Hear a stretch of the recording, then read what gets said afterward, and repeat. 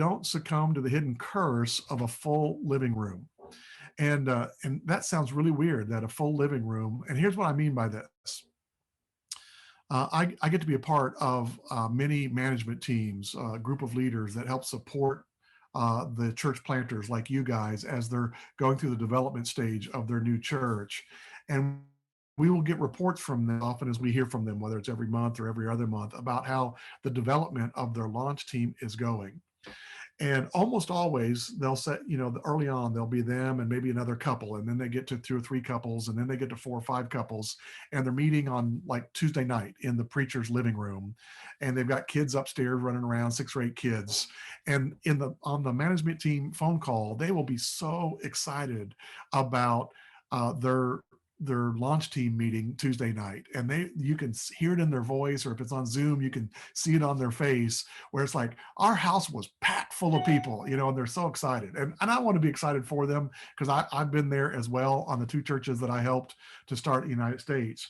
But I always call them back. I wait till the phone call's over and I call them back and say, be very careful that you don't get so excited about a full living room that you never get to a second living room.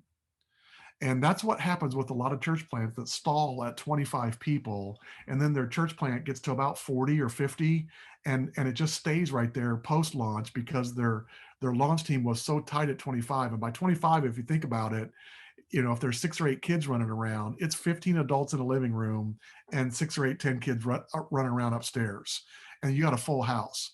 And what happens is there's so many churches that just stop at that number, and there's no multiplication from there. They're so excited about the new community, the koinonia community that they're developing, and then all of a sudden a lid on that church's evangelistic potential for the future gets set on top of that, because they get cursed by being so excited about our living room is packed.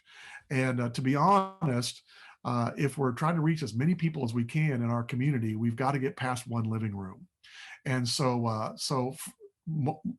our goal with this is, if you're going to have 40 people or more on your launch team prior to opening day, you've got to be in 2 living rooms or 3, just by the sheer size of how big most living rooms are. And so for example, and this is a high example, I realize, but you can understand the mentality of multiplication. My first church plant, but the day we opened, we had 75 or 80 on our launch team. And so we were in 5 living rooms prior to launch, getting ready to launch.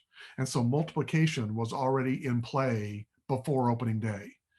And we were having to apprentice people to get from 2, then to 3, then to 4, then to 5, is we were already creating a DNA of, we've got to find the next person who can host and lead a living room.